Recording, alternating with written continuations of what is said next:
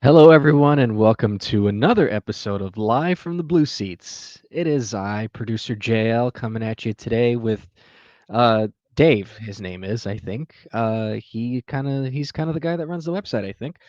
Dave, how the heck are you today? I'm good. I'm alive. You know, can't complain. Things are going well. My children were a little feral last night, so we didn't get to record last night. This is Friday morning. We did not get to record Thursday night just due to feral children and or other issues that came up amongst the three of us. So we wanted to make Right. sure we still got this out today, though. Yeah. So basically, what Dave said is we were going to anticipate recording on a Thursday night, but due to their children and my asthma issues, we decided to move it to today on Friday. So this will be coming out almost immediately. So it'll be relevant for us to say that. I'm doing okay, by the way, if anyone cares. Well, that's disappointing. Okay. Yeah, I know. Yeah. Well, I'm doing okay. I have chronic asthma, so I have bouts with it sometimes. And when I take the medication, it makes me a bit shaky. So even though I was okay last night, I don't think I was in any shape to actually record because I would sound like a kind of thing, where Well, one might argue, are you ever really in shape to record? I mean, have you heard yourself? I mean, just well, gosh, you don't have to tell me something I don't know, Dave, but thank you for putting it on the forefront, old man. Okay. if that's your only go-to, you got to find something else. Well, I mean, today is my day off, so I kind of slept in a little bit. So my brain is still trying to warm up. So If you easy there. slept in, that means you got more sleep, which means you should be fine. Yeah, but if I'm still kind of, This you know, sounds like a personal problem. uh, uh, okay, listen, go kick rocks, mole man. Okay, Hans Moleman is only 38 years old, all right? no, he's 32.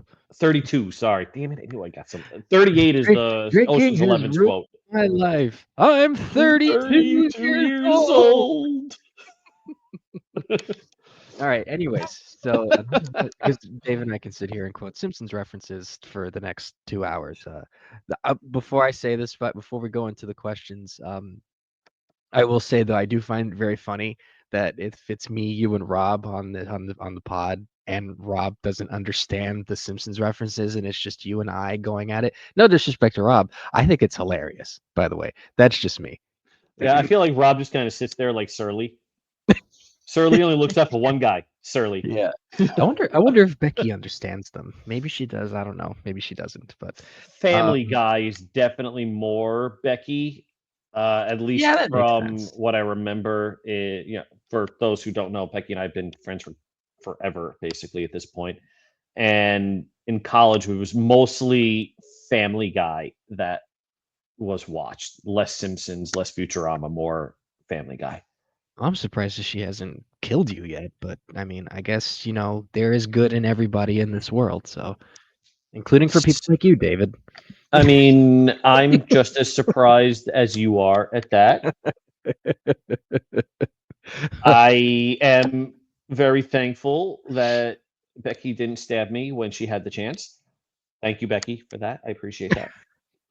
Well, I think Robert has more to say in that now than before. So, and Actually, he should be grateful too, because if she stabbed me and killed me, she'd be in jail. They wouldn't have met. The blog wouldn't have existed. So all of you should be thankful to Becky for not stabbing me in college. yeah, this is true. This is true.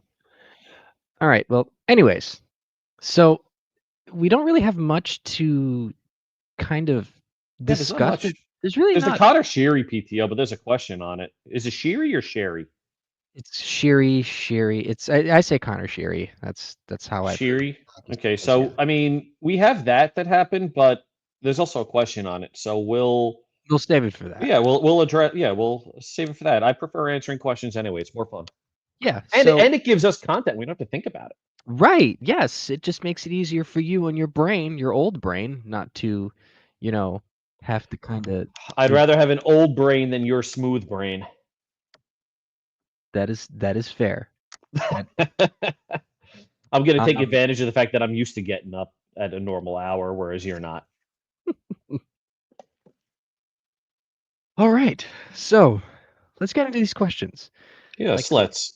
like we said, there really isn't. I don't know how much of a Connor Sheary conversation we can have within like, how can we fill a conversation with Connor Sheary in 20 minutes? But we'll get to that. All right. So thank you everybody for submitting questions. We've how can I say? We've got some pretty good ones. Thank you to everyone who posts who replies to our posts on social media and also on Blue Sky and on the website as well. Let me take a breather real quick because there's a lot. Whew. You're right over there. I'm Like good. you got out of breath really quickly. No, I'm good. I think I'm talking too fast, but okay, yeah. It's okay to breathe. It's okay. You don't I have to guess run around talking like Hulk Hogan.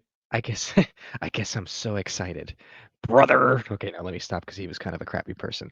Anyways, Yeah, just he was really the first person ever that I had to reevaluate the people I grew up watching and idolizing because I grew up in when Hulk Hogan was like a huge he turned wrestling into what it is today.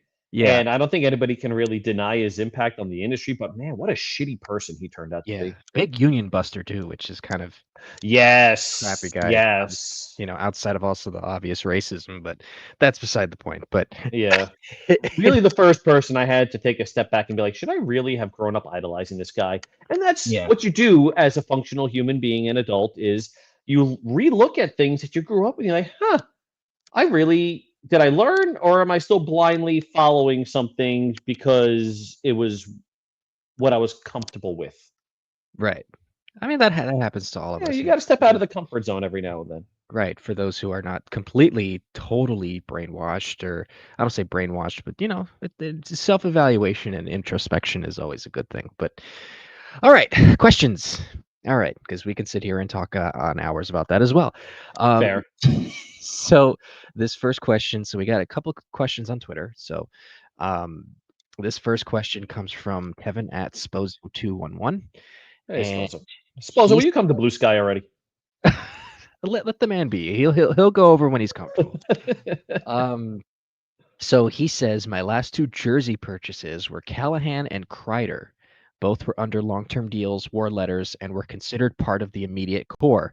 Then they were gone in less than 2 seasons. Which core player should I buy next? Zibanejad. All but guaranteeing their days are numbered. Well, Dave just said it.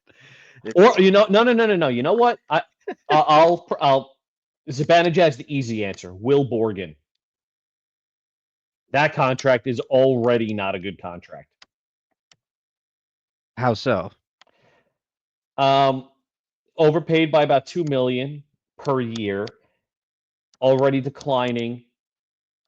Fleet of foot, which is good, but that's really his only strength thus far. I really hope that Sully is able to draw out as much hockey out of him as possible, but that was a questionable return at best. And hopefully I'm wrong. I'm wrong a lot more than I'm right. So Well, you know what? hopefully I'm wrong Before about you it. before you go on, hold that thought because our next question on Twitter actually discusses that. Um, Okay, so immediate answer is Zibanejad. Just get rid of the cap hit. I I was gonna say, if we're going players who days are numbered, I'd say Panarin. Um, but he's already He's gonna get re-signed. well. If Kevin buys the jersey, then he just might get traded. Then if that's That's a the good case. point. I So feel your pain on that, by the way, because my last two jerseys were Pruka and my last three jerseys were Leach, Pruka, Cali, oh and goodness gracious. yeah, it's at the point where I have been forbidden, interestingly enough, by Becky and Jess, friend Jess, to buy any jerseys ever. They won't even let me buy a Kreider jersey right now, and he's gone already. So I feel your pain. Now let me ask you I this. fear the stabbing. Well, Well, if it's not coming from one person, it's coming from two, then yes, I get that. Why? When did you get the Kreider jersey? I didn't get a Kreider jersey. Not the Kreider jersey, the Callahan jersey. When did you buy it? I was dating the bartender at Harrington's at that point, so it was 2012, 2013. Okay, so there was a period of time He got where traded in 2014. yeah, he got traded in 2014 So and I had a year and a half, 2 years before he was okay, traded. okay, see that's reasonable No, because it's not. yes, it is. Come on. Do That you is not reasonable. He was the captain of the team. He was supposed to be re-signed, and then granted, the trade wound up working out because Marty St. Louis was awesome as a Ranger. But no, that's not how that's supposed to go. I disagree, but then again, I have a ton of jerseys. I haven't really for all the jerseys that I own, which by the way, if no one knows, I don't know if this came across in our chat or not, Dave, but I'm a big jersey collector, so I have a lot of jerseys. I don't know how that's going to be when I end up moving at some point, but I have a lot of jerseys. I haven't really encountered a thing where I've bought a jersey, and at least a Rangers jersey in this context, and they've kind of gone away. Like my hockey jersey collection is a little less obscure than my Mets jersey collection. Like I have a Dylan Bundy Mets jersey. I have an Eric Valent Mets jersey. I have a gosh, I have so many obscure names. So I haven't really run into that. Everybody talks about that. Oh, I have a jersey curse and this and that. Oh, this and that and the fourth. I have so many in my closet. I think the one that I will say that I probably could say is the closest to that was I got a Mats Zuccarello jersey like 2 months before he got traded at the Oh, I could have told you 2019 that was going to deadline. be a bad purchase. I could have told you But I that. love Zucker. I still wear it to this day. Like I love Zook. It's got the A on it and everything. It's nicely stitched. Like I I don't care whether or not the play. Like I know people have their preferences with jerseys, whether or not they want to like wear them only because they're current, or wear them because they're like historic or whatever. But I don't care. Like I have a Vladimir Tarasenko jersey. I I wear it still. I think I wore it to a Rangers. I wore it to the Rangers Devils game where they got blown out in December, and I wear it. I wear it often. But anyways, all right. Next question comes from one of my favorite follows on Twitter. It's the first time I've seen him post a comment in a while. I'm sure he will come around more through the hockey season. But this is from Bill Suspill, John Cougar Colleen Camp, and he asks, and it's actually a really good question considering what you were talking about before. Is Dom at the Athletic listed Will Borgen as an honorable mention for one of the worst contracts in the league? Thoughts? It's accurate. I mean, Evolving Hockey had his 5-year contract at $2 million. He got double that. There's nothing that he showed us that warranted a 5-year commitment. He was good at initially when he got here, getting that new team bump. But on the other hand, we have to see what Sully can get out of him. If we're going to give the team a whole reset with a new coach and everything, we have to give it to guys like Borgen as well, because we just don't know what Sully's going to be able to do. And those lists on the Athletic don't account for coaching. They don't, which is fine. It's almost impossible to account for coaching systems and what the impact is. But it was a questionable contract when it was signed. And I think all of us were on the same page there. Hopefully it works out, but I don't like the contract. I think Braden Schneider is the better defenseman already. Well, well, I think that's kind of obvious, the Schneider Borgen comparison. Well, to answer this question, I'm going to say not yet, primarily because I look at things in a certain way. Obviously, like you said, we have to see what coaching does to someone like that. Secondly, if you even look at some of the contracts that were given out over the summer, um, you look at a guy like Borgen who can be effective in, whatever role he can be in. But also, I have to just emphasize too that with the cap going up, that's going to play a part in not only increasing flexibility for the Rangers, but also, if they decide, hey, we want to move him, and a team is looking to try and make a quick move, um, you see a guy who already has some term that will kind of make it easier for Drury to say, hey, here's this guy, he's under contract, and he decides, hey, let's move him, which, whatever the return would be, could be a decent return. And just going off of last season, just from what I've seen from Borgen on a really suspect Rangers defensive team, he was probably one of the few that looked okay. So I can't totally say that it's a worst contract, because in order for me to make that determination, just for myself at least, I really have to see how he does. And that's honestly the case with pretty much everybody on this team except for Adam Fox. Even with Braden Schneider, because he's going to be due for some money at some point soon. So you want to see what you have in him. And I'm not going to sit here and be a bootlicker for, Chris Drury and the Rangers. Obviously I'm a fan, but I'm also critical as well. But I think just with the way that they were able to kind of have a crew together for the season instead of trying to get a bunch of scabs from the AHL, like all the guys the Rangers have, including, the reserves, are all NHL defensemen. Matthew Robertson is probably the one you can say probably toes the line a little bit, but with Borgen, I feel like that's just more of a market appropriate contract that will look better in the next couple of years. It's like what the Vincent Trocheck contract looks like. When he signed it initially, it was like, oh yeah, obviously Trocheck's a better player, of course, but just money Different wise, position. different position too. But I'm just speaking money wise, though. It's like, the Rangers really wanted to move Vincent Trocheck. They could get a pretty decent deal for his type of value and his type of contract. So that's why I say that.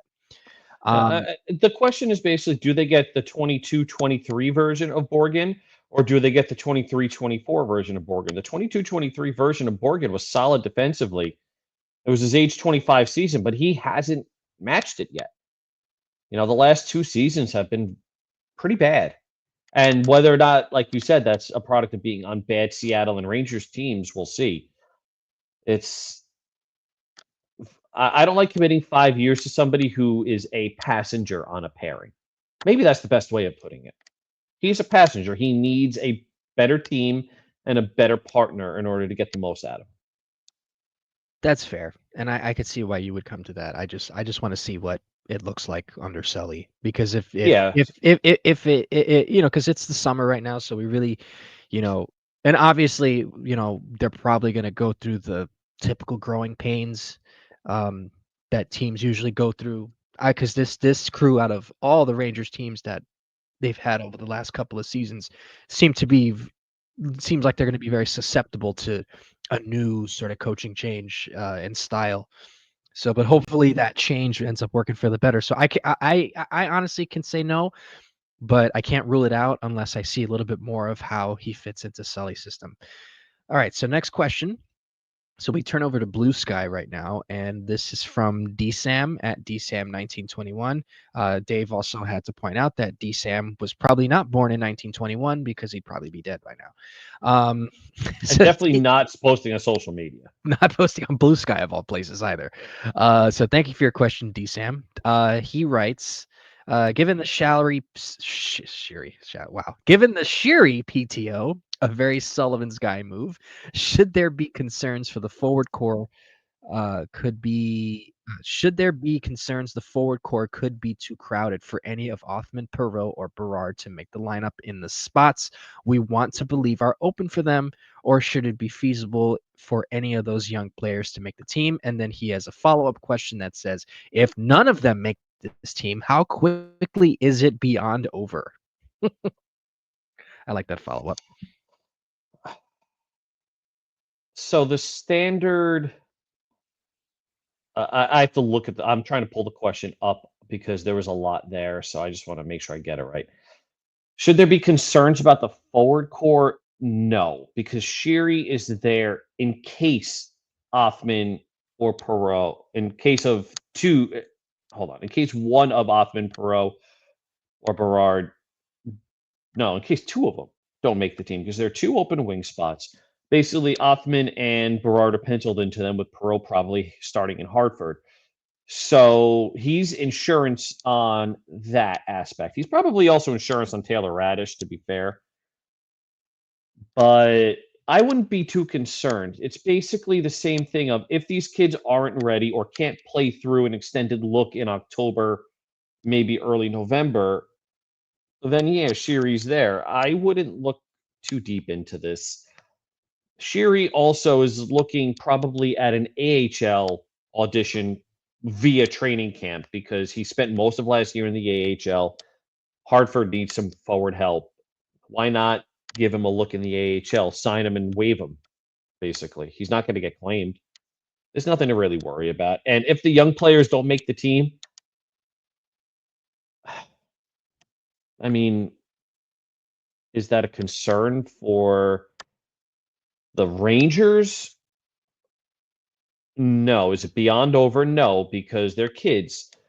I don't think we looked at this year as a transition year, but I'd be more concerned about Othman and Berard not making the team, because that means they're most likely not viewed as NHL wingers on the Rangers, despite two open spots on the roster, which is more of a prospect development issue and an Othman and Berard, what are they getting traded for issue. Yeah, so being that it's a PTO, uh, unless he lights up the world, he's probably going to go to Hartford. This is a purely insurance move. Obviously, you have to, account for injuries, and you never really know what can happen. I wouldn't say there's too much of a concern. It's like you said, it's not a transition year, but this is definitely the time for them to see what they have in Othman or Berard. Perot, I think even if he does do well, I think he goes to Hartford, so I'm not too concerned about him. Um, so that kind of answers the question. Is feasible for any of those young players to make the team? I think Connor Sheary is just kind of there to be a body, just in case something happens. Because one of the things that can really hurt a team, and I think that the Rangers have always been good with this over the last couple of years, is having, basically NHL ready players to fill in on certain spots. Now, granted, some of those are probably not barn burners in terms of goal scoring, but you have guys who can uphold, the standard of being a solid NHL player for your bottom six. You got guys like Brodzinski, you got guys like Jimmy Vesey, those types of players. And even though Connor Sherry was in the AHL for most of the season last year, maybe all of the AHL last season, he's still an NHL caliber player. Just as long as he's not getting top 6 minutes. If this was freaking Alain Vigneault, that might have been, or freaking Gerard Gallant, that might have been the case. But and then I guess the follow up question is, if none of them make the team, how quick is it beyond over? I mean, not really. I understand the concern, but again, like Dave said, that's just more of a Rangers issue, in the sense of like, oh well, how come these guys haven't really hit? Who are they going to get traded for? Yeah, so pretty much that's what that shows me. But I just think the Shiri PTO is more of just a depth thing. I don't think it's an indictment on any of those three.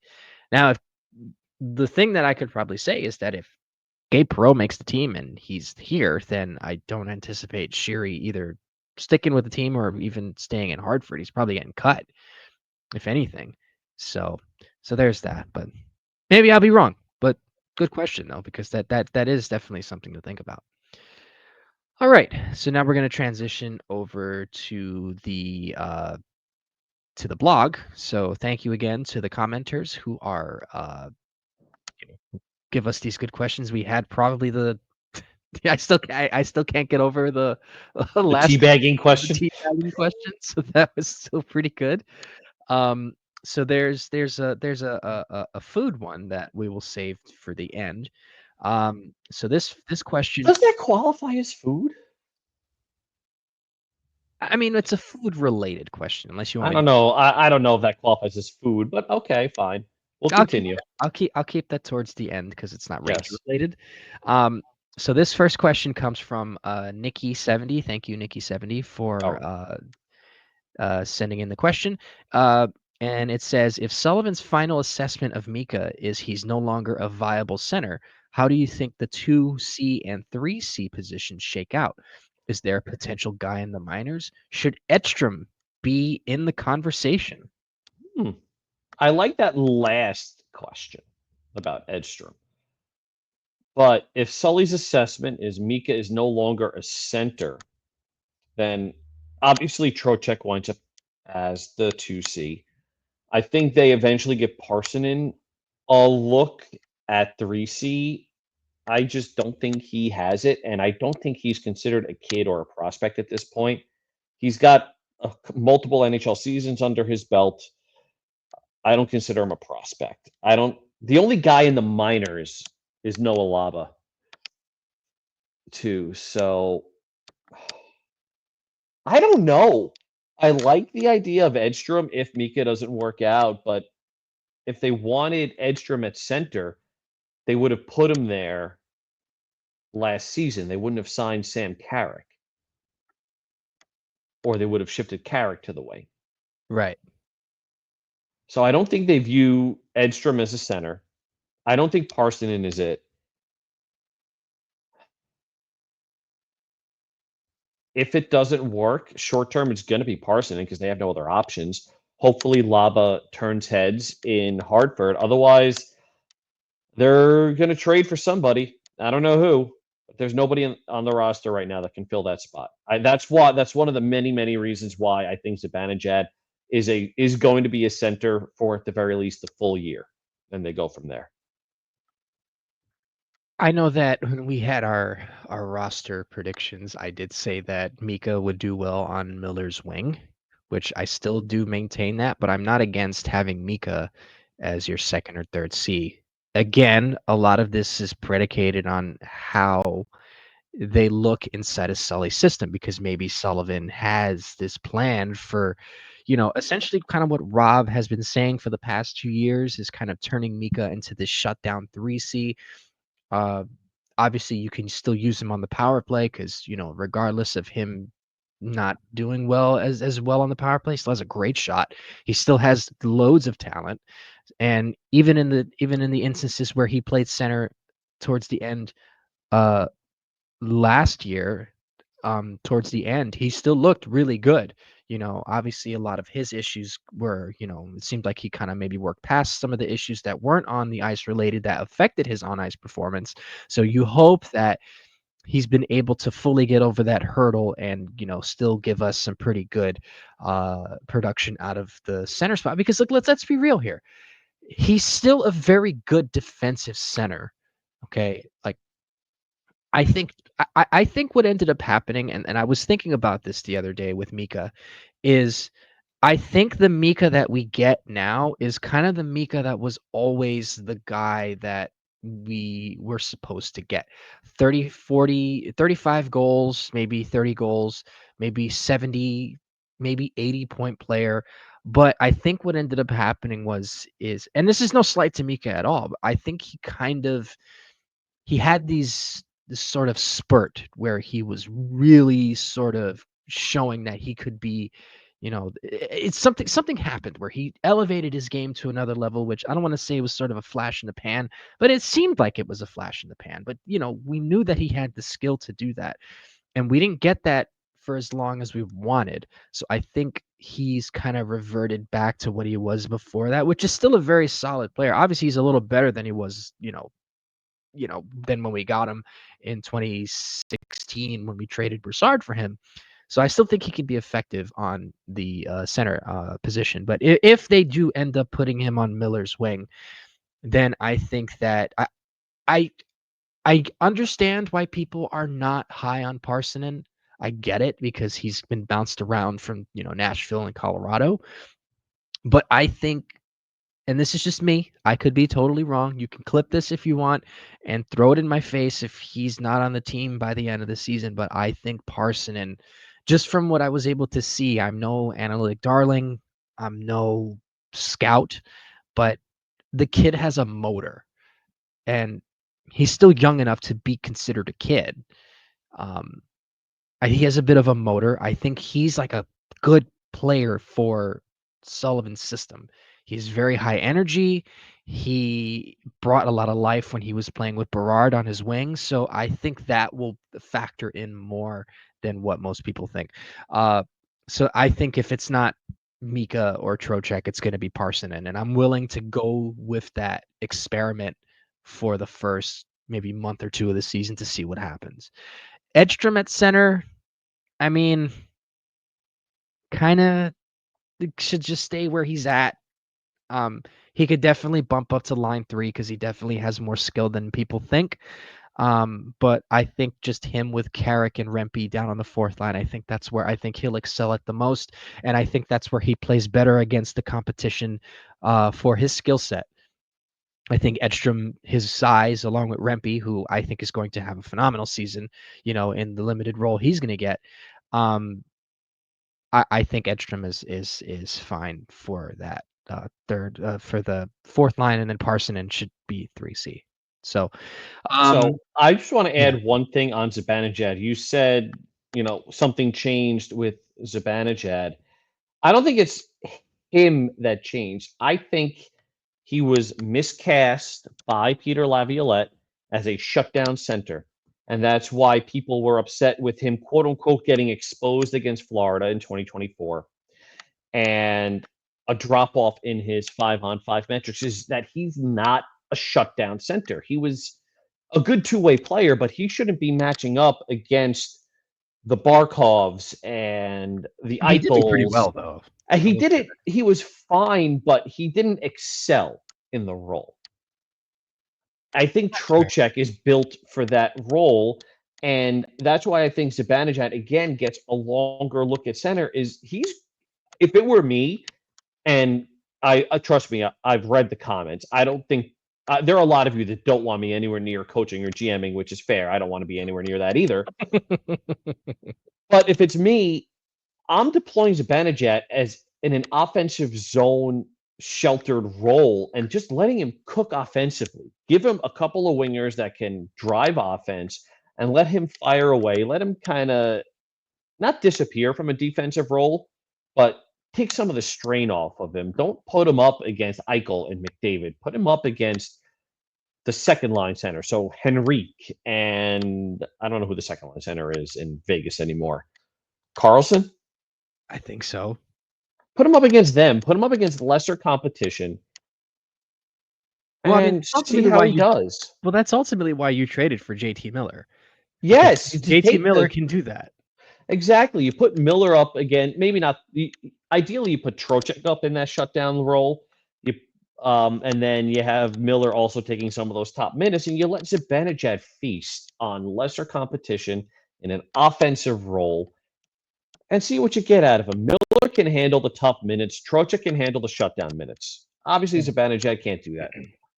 Right, but also if you notice when they, obviously Mika was already beginning to play well at the turn of the calendar year, but uh, when they acquired JT Miller, I mean, his game got a lot better at center and also on the wing. So there is the JT Miller factor in that sense that okay, well, I can throw JT Miller out there against let's just say Connor McDavid, or I can throw him out there against Alexander Barkov. So then Trocheck, like you said, will get the other type of minutes, and then Mika can just do whatever the heck he wants. And a lot of that really came out to shine. And then also too, I think what we tend to forget, as much as we love the guy, and this is not a bashing session by any means, but Chris Kreider did play a lot in that because there was just a lot of dead possession, if that's even a correct term, or a non-possession when both of those guys were on the ice at the same time. After a while, it just kind of seemed like the shine wore off on that pairing after a while. One, because they could never find a winger to really complement them, which just kind of looking back at it, the fact that Artemi Panarin could never really gel with those two blows my mind. But also, too, you can see how after the shine wore off, how Kreider kind of brought Zibanejad down a little bit. And that's no disrespect to Kreider, because I think Kreider was, one of the greats here, and I foresee his number being retired. And I love the guy, and I'm glad he was a Ranger and he gave us a lot of good moments. But towards the end, you can see how it really began to wear the team down, especially in this mini transition.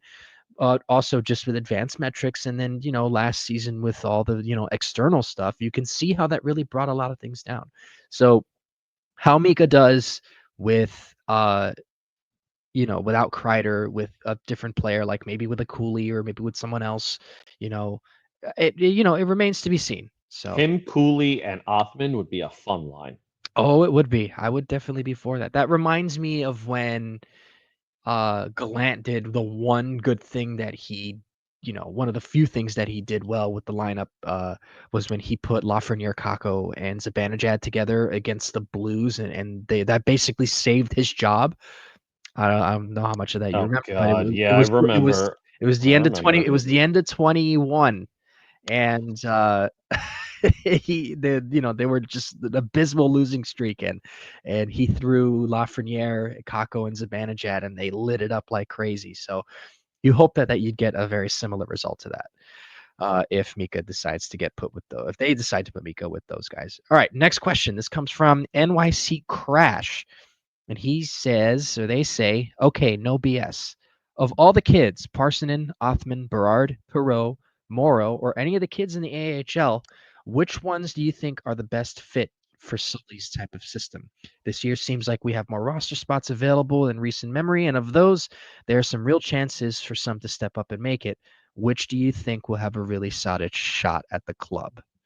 I mean, I think we've covered this a couple of times. I don't consider Parsonen a kid, but that might be splitting hairs. I think Othman and Berard make the team out of camp as an extended look, at the very least, to get an extended look as long as they don't shit the bed.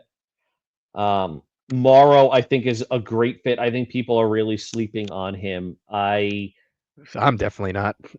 Yeah, he's very smooth skating, solid, at the very least, puck moving defenseman, which the Rangers simply don't have. And I think it's those three. I think again, Perot starts in Hartford, though. I think that's more of a precaution to make sure they don't rush him. And again, I Mhm. don't consider Parson a kid. I also don't think he is anything more than a spare plug. But again, happy to be wrong. Happy to be pleasantly surprised with that. I would say out of those, I think obviously I've made my comments about Parson and Saul, his already included. But between Othman, Berard, Perot, and Morrow, I think all of them could be.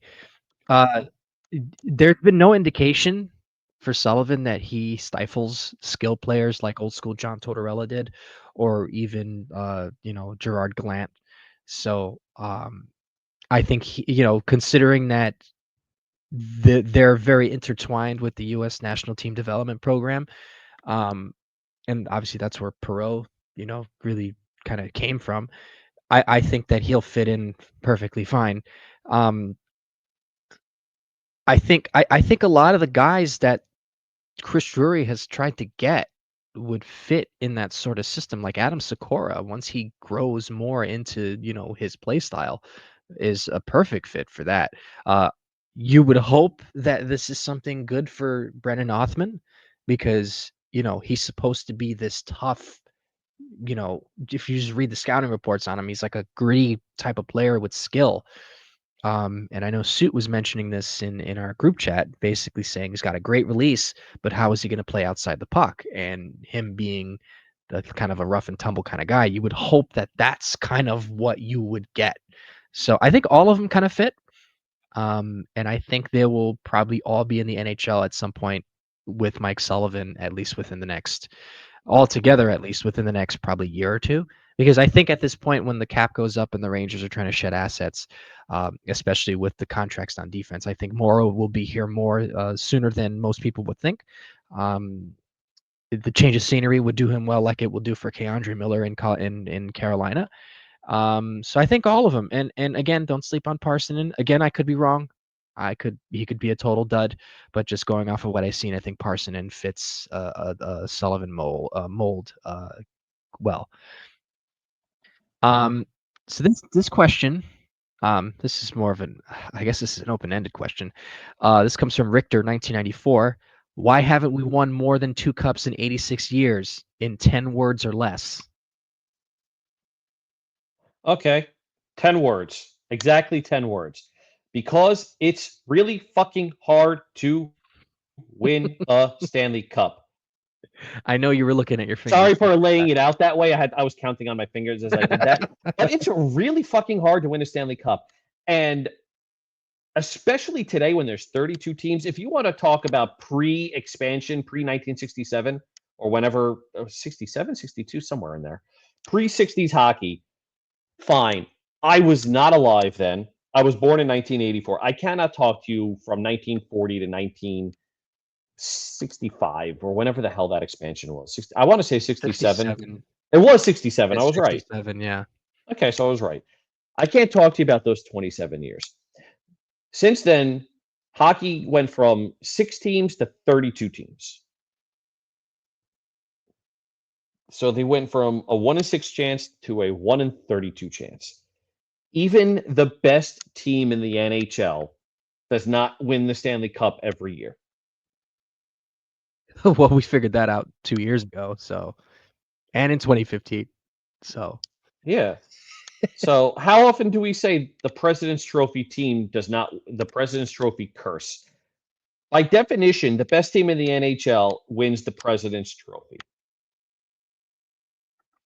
Whether or not you agree with that sentiment is up to you, but that's just the purest definition of it all. Obviously, there's a lot of nuance to come with it, of course.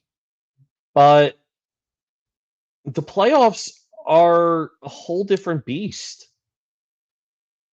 And now it's 16 teams making the playoffs, not 4. There's also obviously more rounds.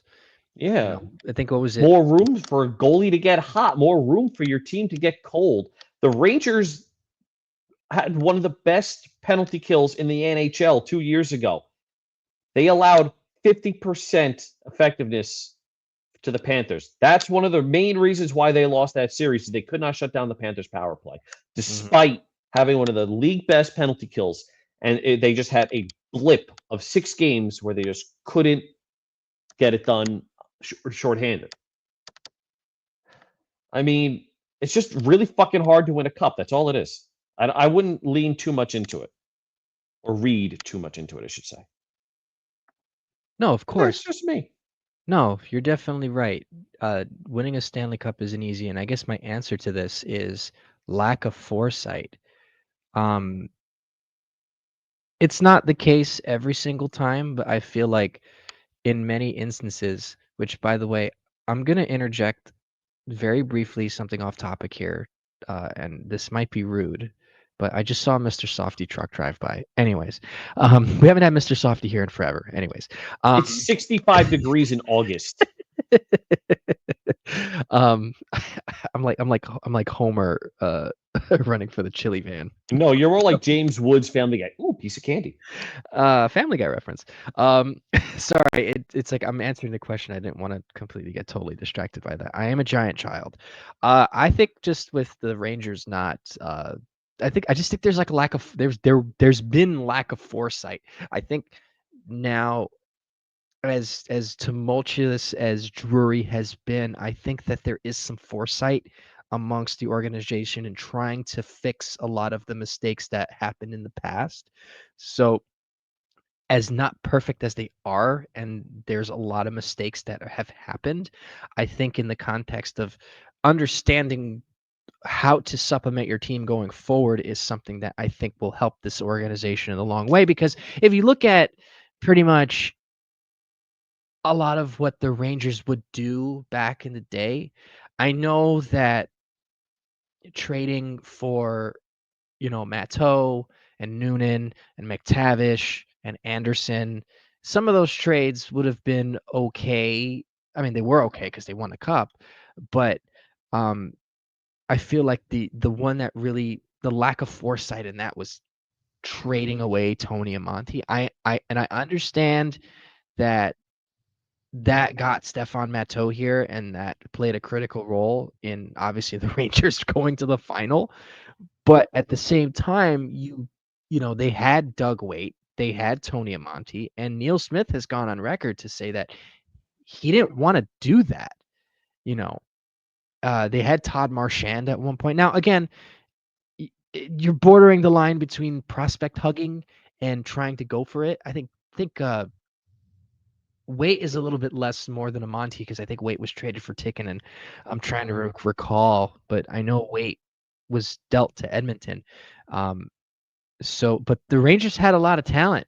And then obviously more so it happens in the late 90s with, them not getting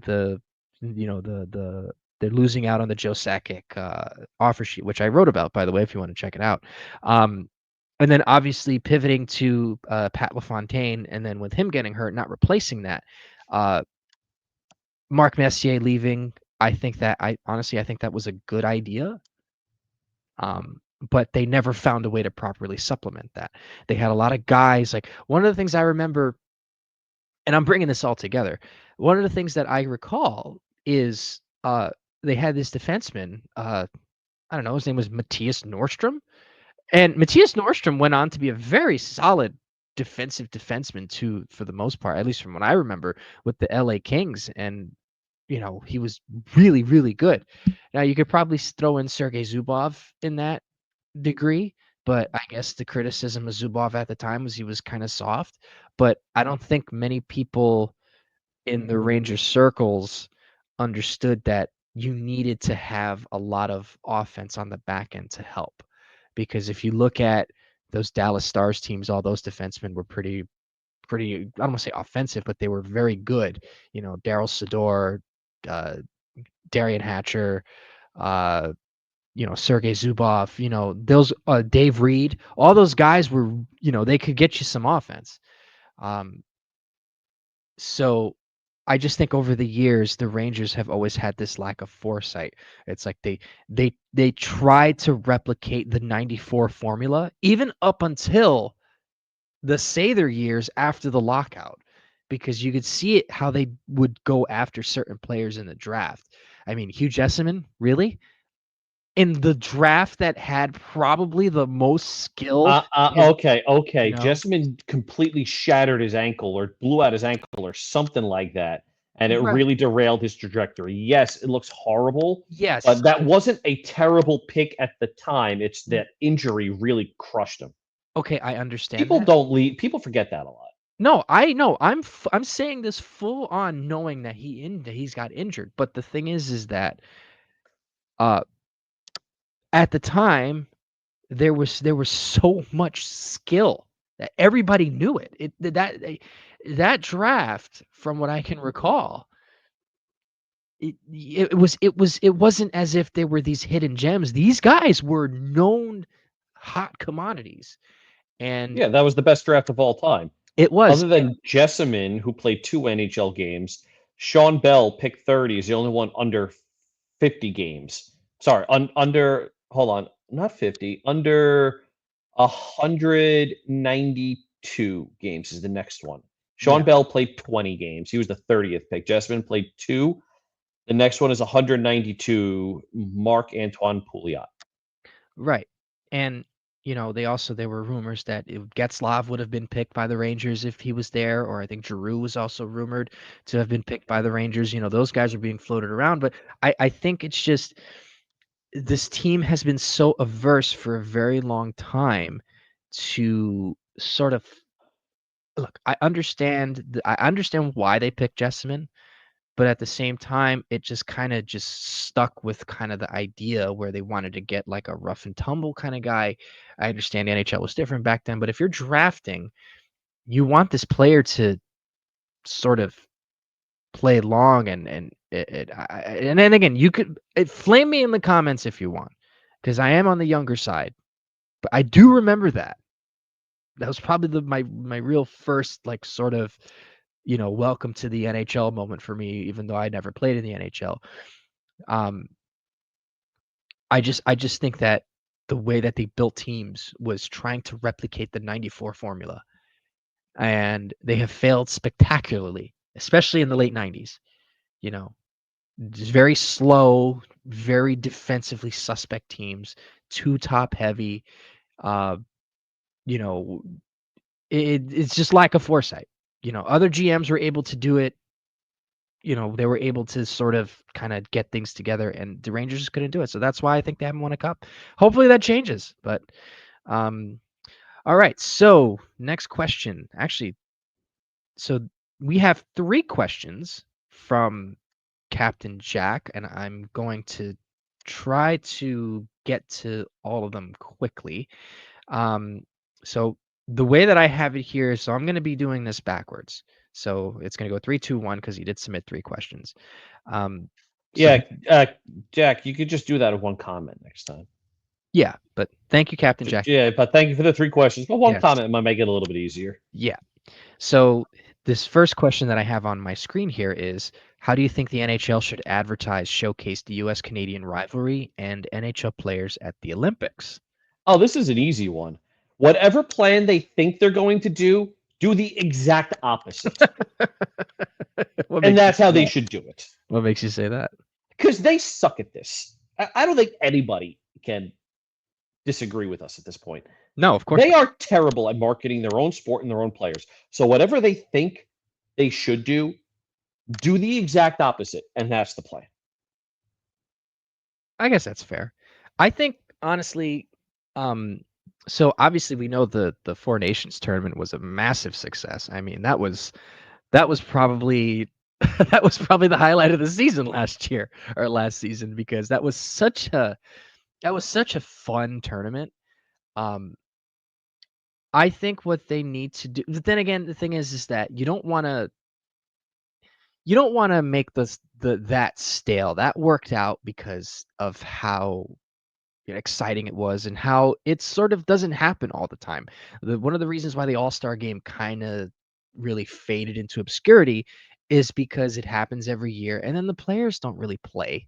So that's why they did the 3-on-3, which I thought that was fine, truth be told. But um I think what they should do just going forward is just sort of I think honestly it's a tough question because you don't want to dilute the product because then you have the World Cup of Hockey that's coming up. Whether or not they decide to put that in the middle of the season or they decide to put it in the preseason, which they used to do in the past, um, you basically at this point, the NHL should just keep the All-Star games as international competitions. On the scale of how big it should be, that's the difficult part because you have Finland, Sweden, you even have the Czech Republic, Slovakia, you have Latvia, you have Russia to a degree, you have so many different countries that it's kind of hard to put such a large scale tournament in the middle of a season that's not the Olympics. Unless you want to ultimately decide that's the route they're gonna go forward with, and if that's the case, then yeah, but just keep it at that. Try not to. Yeah, it's difficult because you don't wanna oversaturate. International competition is probably some of the best hockey you could ever watch. So, that's just me. I don't know. I honestly, I'd say do the international competitions. When it comes to marketing and all that, they're just really not good at that, and they're never really gonna learn.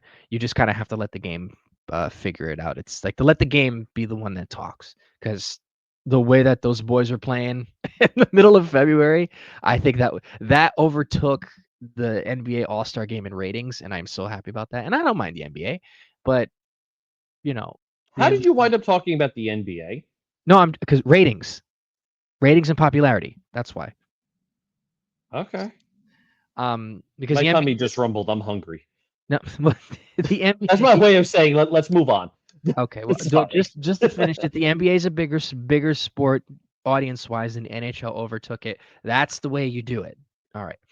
Uh, his next question is, what are your thoughts on Dylan Garand with the Oilers' struggles in goal? Do you think Chris Knobloch might have an eye on him? He coached him for 2 seasons in Hartford, and then he notes that Callum Tongue looked excellent in limited time as a pro. Durant is probably the next in line to be Shesterkin's backup. I think he's going the same route as Georgiev and Talbot before him. But whether or not Knobloch looks at him, I don't know. Whether or not he has trade value, I don't know. I think this is his full season as the solid bona fide starter in Hartford. We have to see what he does. Goaltending is voodoo. It's tough to really predict. Yeah. Yeah, it's kind of tough. You're going to assume that Jonathan Quick's going to retire after this season, and Yeah. with yeah, definitely, I think this is probably his swan song. I don't think the Rangers extend him, and if he does decide to play, it's not going to be with the Rangers. But I think this is his final go around. So you want to have Garand there. I don't think the Oilers would pry him away from the Rangers. And then obviously, if Callum Tongue looks good, then he'll just end up being the starter. You know, I can't remember who some of the other goaltenders in Hartford are. I know Hope would have a better idea on that. But I just know that if Callum Tongue is, just let him play in Hartford, and then when the time comes that you have to move him money wise, then just have Tongue kind of come in. This is what we're gonna deal with because you have Shesterkin. So it's gonna be the same thing with Lundqvist and Chad Johnson and Marty Biron and Cam Talbot. So, that's just gonna be what, and Alex Georgiev. So that's what's gonna happen. Same thing that happened with Lundqvist is gonna happen with Igor. All right, so scrolling down. Wow, thank you guys also for sending all of these comments and questions. And then his last one, which he addressed it to me. Sorry, Dave. He says this question is only for JL. What do you think of the Mets trade deadline acquisitions? We're getting into baseball on a hockey podcast. I love it. Um, you can go have a coffee, Dave, or take a nap. Um, Just be brief. no, I'll I'm be. hungry. There's one I'll more question after this. All I'll right. You won't like me when I'm hungry. Do I like you ever? No, I'm kidding. I'm kidding. I'm Oh, kidding. you I'm can guess the darkest part of my I'm ass. I'm kidding. Okay, so I'll be brief because if anyone knows that I could talk about the Mets all the time because I love the Mets and it's my favorite baseball team. They're the apple of my eye and they hurt me so much. Um, what do I think of the Mets trade line deadline acquisitions? I think that's great. They got I mean, I'm not going to sit here and say Cedric Mullins is going to be the be all end all, but he's an improvement in center field, and they addressed the needs that they needed in the bullpen by getting basically two hard throwing relievers and one reliever that's just absolutely nasty. So I think if all goes well and the star guys end up getting out of their slumps, I think this team is pretty much set for the postseason. Now the starting pitching, you're probably going to have to rely on some of the younger guys in Syracuse, but I think all in all, A plus. I think they did a phenomenal job in the deadline, and I think that they're primed for a really good run over the next 2-3 months. So that's it. I spared you, Dave, because I could sit here and get into metrics and all that stuff, but I won't. I'll save that for Metsmerized, which I did. So, all Good. right. So So, Jack JL also does mesmerized stuff, so you should look for his work there as well. yeah, yeah. Uh, I guess free plug, Metsmerized Online, MMO Weekly. Check us out if you're a Mets fan. We do a good job. Metsmerized is a really solid publication. I love writing for them as I like writing for Blue Seat Blogs here. I produced a podcast there, and I also appear on air from time to time. So, all right. So, final question is: I love these questions. Two line Is it? passes. Is this Keep this? keep them Is this up. the same? Is Same this one. the same Same guy? guy. I All right. dude, keep these up, man. I love it. Okay. If two vegans are arguing, is it still considered beef? This is phenomenal. I love it. So I'm going to go and say yes. I'm going to give you the technical reason because the word beef in the English language has multiple definitions. Oh Beef boy. can be, meat coming from a cow. Beef can also be an argument. So it could be you have something against said person. So yes, it is still beef. It is just not cow beef. But I think you should ask that question to two vegans and see what they say. Um, I'm trying to find the proper word for like fake beef. Um, Impossible beef. Say yeah, impossible beef. Or okay, fief. Fief. Fake beef. Fief. beef. So I was gonna say it's not beef, it's impossible beef. I don't know. I was gonna make a really bad joke and it did not land. Well, I mean, I could make another one because you won't get this. Hey, where's the beef? Okay, Dave, I know that reference. Okay, Really, what's it from? it's from Wendy's. I'm just making sure because I wanted to make sure you weren't talking out of I've your s- ass. I've You seen were the spewing commercial beef out of before. your ass, all right? I've seen the commercial before, Dave. Have you, though? Have I you? have. Yes, I have. They've replayed it. It's an old commercial, but they've replayed it. Um. Oh, and someone commented, "What is Impossible Beef for 100, Alex? That was NYC Crash." Great joke. That's actually the perfect answer. Impossible beef would be the perfect answer. Because if it's two vegans arguing, part of it is going to be one of them is going to say, "Well, I'm a vegan too," and they're going to go on a whole other rant. So it would be impossible for these two vegans not for it would be impossible for these vegans to have beef once they both realize they're both vegans. It's a very small, tight knit community. It really is. I learned it the hard way, but I genuinely do not know how to answer the rest of this question. I think maybe that's probably how I'm gonna leave it. So, all right, I since we're talking food, I have to insert the food take. Oh my gosh, what nonsense are you gonna tell us now, Dave? Yeah, Oh yeah. no, no, no! It is beef related. Okay. So, beef is usually the primary ingredient on a burger. I understand some people prefer turkey burger, chicken burger, whatever. That's fine. I will say this though. If you're having a burger, the best burger is plain and simple a burger, melted American cheese, medium rare, medium if you're not into the whole, dripping, meat. Well, that came out horribly wrong. Wow. Oh, oh, geez, Holy Dave, shit. gotta keep it PG here. Come on, man. Goodness, you'll So if you swear don't when you want gotta. like the beef juices, this is even worse. Oh boy. Coming up down, then fine, medium, this is even worse. But you get the burger, the melted cheese, the bun. That's it. A Martin's potato bun, by the way, is the primary bun you should be using for a burger. Elaborate on what that is for those None of who this might not know what it deconstructed shit, is. none of this adding fig jam and avocado and all this shit. Burger, cheese, bun. If you want condiments, ketchup, mustard, fine, whatever you want. Mayo is nowhere near a burger ever, and less is more with the burger. I That's it. beg to differ on that, but sure, I follow. Mayo serves no purpose on a burger. I'm sorry, it is done. And American cheese is the best cheese for a burger. I understand you may like certain cheeses elsewhere, but for a burger, American cheese. That's it. So I agree mainly. I think mayo, not too much. A touch of Ew. mayo on a burger. Ew. Uh, Nope. grow Nope. Mayo's evil. Nope. grow, grow up. Nope. Nope.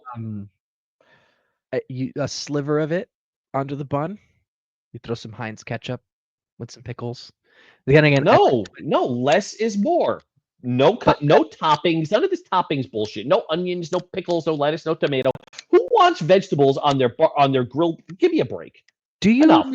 do you not understand the concept of cool versus hot, Dave?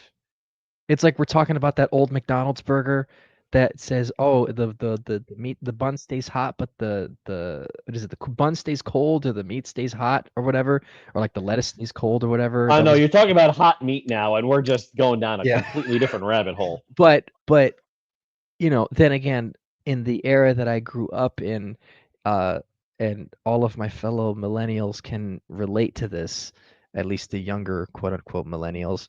Uh, we were inspired by the Krabby Patty. So I think a lot of us are chasing that whenever we do eat burgers. You're describing, so there's a burger at MSG that is just like that, except I think it's the Yeah, and bun. it's probably called just a cheeseburger.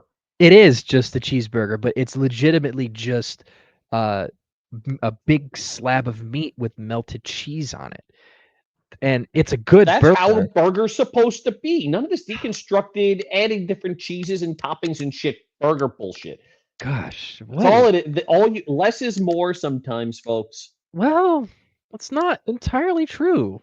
At least with a burger. I I Fine, I fine. How I about something we can all agree on? S'mores Pop Tarts are the best Pop Tarts. okay, I agree with that. There we go. There, simple. And the chocolate chip ones come close second. I haven't had those, but it's on my list. The cinnamon roll ones are really good. You know, I used to, I guess maybe because I ate them a lot back in the day because we had like these huge like industrial boxes of them here at one point. Um, those are really good if you put them in the fridge. Really? Yes, the cinnamon ones. Yeah, put them in the fridge. The cinnamon roll ones, huh? I'm Yeah, the frosted cinnamon roll ones that have like the white frosting on it, and really they yeah. go Put well in the put fridge. put put those in the fridge, but also put the brown sugar cinnamon ones in the fridge too. See, I don't like the brown sugar cinnamon ones. I think they're bland. That's why you put them in the fridge. How does that make them less bland? Because how can I put it? It brings out this is just me because I'm also psychotic. I just We knew that. it tastes better, I think. It just tastes better. Although the I forget the name of it, but the one that I really like, which I might just buy some today. Um, it's the wild berry ones that has like Those are really good too. I the have three in navy. my drawer right now. It's wild berry s'mores and cinnamon roll. Those are Oh, really good. that's Wild sweet. berry. Okay, so you see, look, I do agree with you on that because those are pretty good. But Yes, they not are. too, I'm not totally sold on your burger thing, even though I do like just a straight plain cheeseburger sometimes. Yeah, So but I since mean, these two keep in mind that the buns, burger has to be made properly. Like you can't just throw the slab of meat on there. You know, a little bit of salt, a little bit of Worcestershire sauce on your hands. Just kind of coat the outside of say that the again. cooked patty. What kind of Worcestershire sauce? sauce. Worcestershire sauce. That's how you pronounce it, Dick.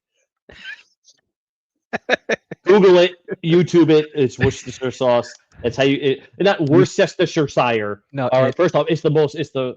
Worcestershire, Worcestershire sauce. Yeah, I got an ex-girlfriend from Boston who says otherwise. And considering it originates from around that area, I'm going to go with what she Do we said. care what they think though? It's On this one, yes. uh, And also because she legitimately said, "Why do you want to go see Plymouth Rock?" And I said, "Because it's Plymouth Rock." And she goes, "You're going to be disappointed." And oh my God, was I disappointed. It's just like a little rock. It's it's no just a rock. bigger than it's no bigger than like a throw pillow on your bed. I could have figured that. It's tiny, and they even engraved it. And I'm like, I'm pretty sure this rock was not engraved when the Pilgrims showed up. Could not And I'm put a pretty sign. sure they did not have the technology. Well, they probably did just by chiseling it, but it was so perfect. Plymouth Rock, established 16 whatever year. I'm like, they did not have laser precision rock engraving when the Pilgrims landed here in the Mayflower. Well, you'd be surprised, but I guess not. I'm gonna go out on a limb and say that. But anyways, Anyway, total it tangent. yes, but yeah, I think that wraps it up for today. I think we did a good job at Yeah. answering the questions. Thank you guys for submitting those. Please continue to submit those. We definitely want to hear more from you, what your thoughts are about the Rangers, and also please, if you want to send us more stuff like vegan beef, and all that, please send us your questions, no matter how absurd they are. We will answer them to the best of our ability, because I think all three of us, with Rob being the more sane one, are all pretty psychotic for the most part. It's a little bit scary that Rob's the sanest of the three of us. Is that concerning? He seems to be a pretty well-adjusted human I being. think that's a topic for next week. That's fair. We can, if he's here, I can uh praise him for his height. Oh wait, I'm not here next week. Never So, mind. I'm in oh, Florida. well, uh, ew. No. That's fair. That's a fair response. That's the first thing. I have family down there too, but I still just say the same thing. Yeah, Anyway, I'm visiting family, so yeah. oh, I gotcha. Well, anyways, so we'll hopefully be back next week. Hopefully Dave hasn't been eaten by an alligator. It might just be me and Rob, but we'll see. So, anyways, continue to submit your questions. Thank you very much for taking the time out to listen. This has been Live from the Blue Seats, and we'll catch you on the flip side next week. Let's go Rangers.